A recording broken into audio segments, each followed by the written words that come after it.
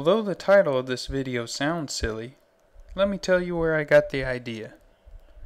I was reading Sylvie and Bruno by Lewis Carroll a second time, after reading both Sylvie and Bruno and its very obscure sequel, Sylvie and Bruno Concluded, a few years before. And I noticed something a second time around that I didn't quite catch the first time.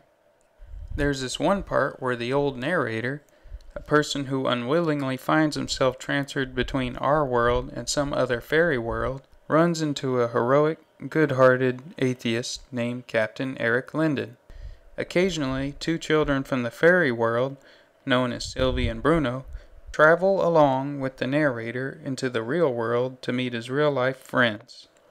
But unlike everyone else in the story, who show no signs of ever being in any kind of fairy world, and who are completely unaware of the children's fairy nature, Captain Lindon is able to recognize the fairy children immediately and gives them a knowing wink.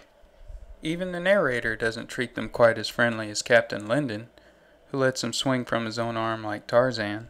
It was almost as if the atheist knew the fairy children so well because he had visited the fairy world before, probably of his own accord.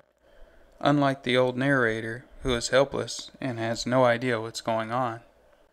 So in the story, there seem to be three kinds of people. The vast majority, who have never had any kind of fairy world experience. The old man narrator, whose uncontrollable fairy world experiences could probably be attributed to Alzheimer's disease. And the one known atheist, who is popular for his many practical talents, but also has a hidden ability to willingly travel to fairylands anytime he pleases.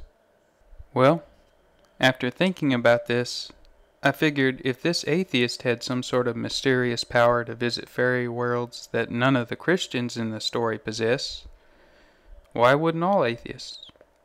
How do I know atheists aren't blessed with magical abilities that religious mortals lack?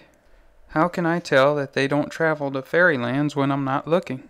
I'm sure both atheist and religious people would deny this idea, or at the very least be skeptical of it, but I've always thought of myself as being a true skeptic, who is skeptical of skepticism even. Anyway, I figure if it's even remotely possible that atheists are enjoying the blessing of traveling to worlds that we religious folks are unable to visit, maybe we should be less antagonistic towards them. Maybe they sin less than we do or something. Maybe we can be blessed with the same magical powers they have if we stop trying to show ourselves as ethical superiors to them and present ourselves as ethical inferiors instead. I'm sure they'd have less complaints against us if we did so. Also, we'd look more humble, which is a better evangelical technique, I'd say. I'm sure all religions feel that atheists are good potential recruits because they know all that science and stuff.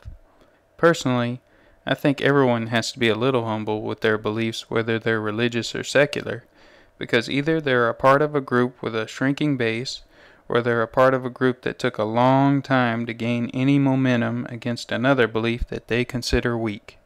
Of course, I wouldn't advise any religious person to go against their religion just to visit a fairy world. I'm just saying this is what I got from Sylvie and Bruno. Lewis Carroll might have been disguising this idea very well so he wouldn't get into too much trouble. Things were different back in his time. But who knows what Carroll meant? I could be way off. I think being religious is more fun than having superpowers anyway.